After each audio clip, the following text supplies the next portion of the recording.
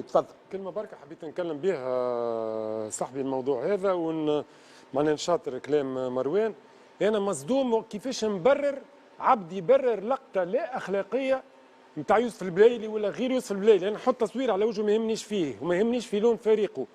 ملاعب يغلط، فما صغار يتفرجوا كما قال، ثم ناس تتفرج، ثم ناس دي زيكزومبل دي سامبول اللي الناس تسمع منهم في كرة القدم. الصغير باش يولي قدام داره وقدام بوه وقدام عائلته، لا تبرر ولا تغتفر، ومهما كان اسم الفريق ما نبررش. انا وانت يا مجيد شكون برر؟ خليني نكمل. انا بررت. اي بيان سور. انا قلت ضد الحركات هذوما، لكن القانون طبق على الناس خاطر صارت حركات سابقه ما صار باش نسالك سؤال. لا افهم كلامي. لا انت ما قبليك تلمحني يا عدنان وانا نفهم كلامك. شوف لا ما تغلطش الناس، ما تغلطش الناس اللي يسمعوا فيك.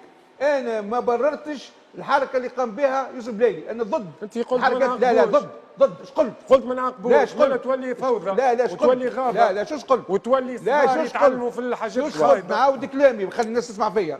قلت بلالي عمل حركه باش يسمعوا عليها، لكن قبل صارت حركات والناس كل ما جبدتهاش بما فيهم كما قال صاحبي سي مروان عمره ما جبدها. علاش ما عاقبتش الناس الكل؟ تبارك الله عليه. علاش ما عاقبتهمش؟ قال لك نعتذر. لا مش على يوسف بلايلي. لا اللي عملوا حركات قبل علاش ما عيطلهمش وما عاقبتهمش؟ اليوم تعاقب يوسف بلايلي. مني فيهم يوسف البلايلي هذوكم، مني فيهم يوسف البلايلي. لا هي هذوكم هما اللي قلتوا معاهم يوسف البلايلي في الجورنالي تاع كيفاش. اي عيطوا معاهم البلايلي. ما تعاقبوش هذوك. البلايلي زيد عليهم مرتين. علاش ما تعاقبوش هذوك؟ بالضبط جاوبني. علاش ما تعاقبوش؟ وعلاش البلايلي وقتها ما تعاقبش معاهم؟ لا ما عملش. ما عملش. انت عندك حاجه مع يوسف بلايلي. ما عندي حتى مشكله. لا انا عندي عناية شوف يتعاقب مع ذوك. انا معاك ما عملش حتى مروان سعد مجيد، هذا السؤال نتوجه به الى مكتب الرابطه. هو اذا يرى يوسف البلايلي يتعاقب راهو تو يتعاقب. اما حاجه اخرى نقولها لك، تتصور انت اداره الترجي الرياضي التونسي تفرح كي يوسف البلايلي يعمل حركه قبيحه؟ لا ناكد لك ما تفرحش.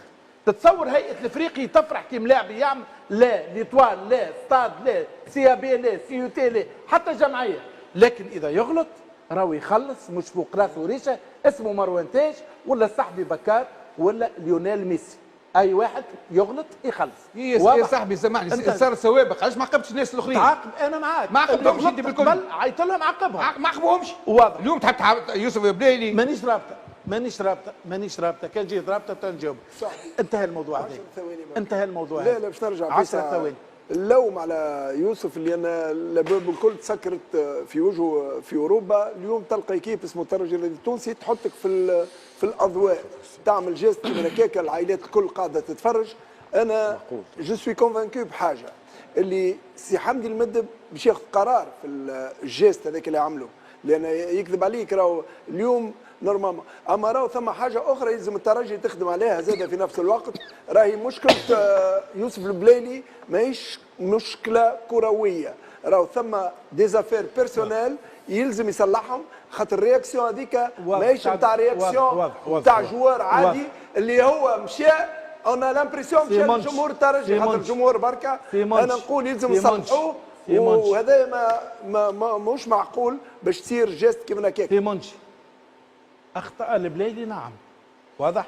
لا لنسب المشانق للرجل. بل يوسف البلايلي اجرموا اخلاقيا قدام العائلات التونسيه. انا كان جيت رئيس رابطه نعيط ليوسف نعاقبه، واللي قبله الكل نجيبهم فرد ساشيه ونحطهم نعاقبهم باش نبداو واضحين.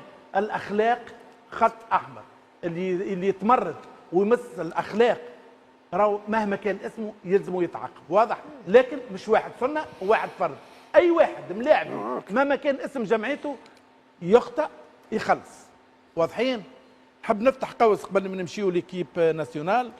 تصريح غريب وعجيب سي عدنان بن براد لرئيس الاولمبي البيجي نقول له كل الاحترام والتقدير. يقول لك المدرب طارق جرايه اتصل به قبل مباراه الترجي والإتوال، يقول له لا ما نحبش نلعب الترجي وباجا، يقول له ما نحبش نلعب المباراه، اسمي في الميزان، خلينا نعملوا فورفيه.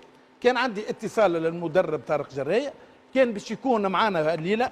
طارق الطياره روحت مأخر من باريس، خرجت 9:30 متاع الليل من باريس في اتجاه تونس، مشى لبنته مريضه شويه وبعث لي حتى صور بنته في المساحه، ان شاء الله يا ربي يشفيها ويعافيها وان شاء الله تقوم لاباس. والحمد لله الانباء اللي من المساحه معناها تجاوزت مرحله الخطر وان شاء الله يا ربي يشفيها. طارق موجوع برشا من الكلام تقال، يقول لك انا جابوني بالعز يحبوا يخرجوني بالدز، يقول لك انا في الاولمبي الباجي، والكلام لطارق جرايه هذا المدرب اللي نكن له كل احترام والتقدير، كيف نكن كل الاحترام لرئيس الاولمبي الباجي، كل المسؤولين، كل اللاعبين وجمهور باجي الكبير، لكن هذا ما رواه لي طارق جرايه. يقول لك انا قاعد نخدم وهما يتصلوا بجبال الخشارم يحبوا يجيبوه، انا جابوني بالعز باش نعطيك شهريه مسبقه ومن بعد بريت حد شيء، اليوم يحب ينحيني يقول لي لا ترجع لي 3 اشهر وتمشي على روحك تخلصني في 45.